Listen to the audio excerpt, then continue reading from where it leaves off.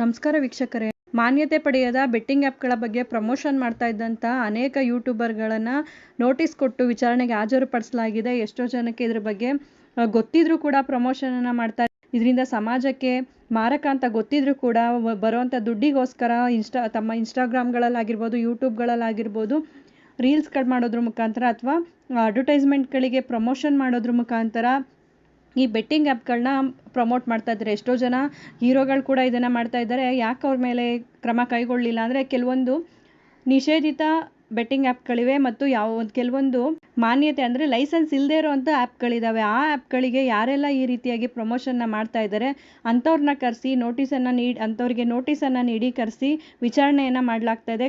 ಕನ್ನಡದಲ್ಲಿ ಈಗಾಗಲೇ ಬಹುತೇಕ ಜನರನ್ನು ಸೈಬರ್ ಕ್ರೈಮ್ ಪೊಲೀಸರು ಕರೆಸಿ ವಿಚಾರಣೆಯನ್ನು ಮಾಡ್ತಾ ಇದ್ದಾರೆ. ತಮ್ಮ ಪೇಜ್ಗಳಲ್ಲಿ ಬಿತ್ತರಿಸಿದ ಜಾಹೀರಾತುಗಳು ಜನರಿಗೆ ವಂಚಿಸುವ ಜಾಹೀರಾತುಗಳು ಆಗಿದ್ದವು. ಹಾಗಾಗಿ ವಕೀಲರೊಬ್ಬರು ಬೆಂಗಳೂರು ಸೈಬರ್ ಕ್ರೈಮ್ ಪೊಲೀಸರಿಗೆ ದೂರು ಕೊಟ್ಟಿದ್ದರು. ಸೋಷಿಯಲ್ ಮೀಡಿಯಾ ಪೇಜ್ಗಳಲ್ಲಿ ಜನರಿಗೆ ವಂಚಿಸುವ ಜಾಹೀರಾತು ಪ್ರಕಟಿಸಿದ್ದ ರೀಲ್ ಸ್ಟಾರ್ಗಳ ಪಟ್ಟಿ ಮಾಡಿ ಸೈಬರ್ ಕ್ರೈಮ್ ಪೊಲೀಸರು ನೋಟಿಸನ್ನು ನೀಡಿದ್ದಾರೆ.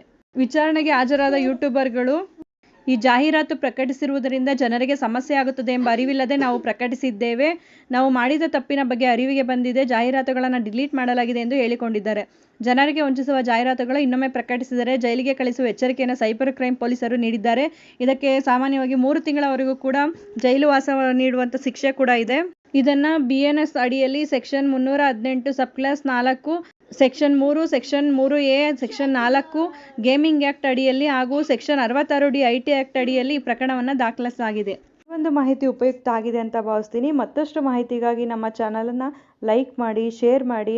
ಹೊಸದಾಗಿ ನೋಡ್ತಾ ಇರೋರು ಸಬ್ಸ್ಕ್ರೈಬ್ ಮಾಡಿಕೊಂಡು ನೋಡಿ. ಕಾನೂನಿನ ಮಾಹಿತಿಗಳನ್ನು ನೀವು ತಿಳ್ಕೊಳ್ಳೋದಲ್ಲ, ಮತ್ತೊಬ್ಬರಿಗೂ ಕೂಡ ಇದನ್ನು ಹಂಚಿ. ಧನ್ಯವಾದಗಳು.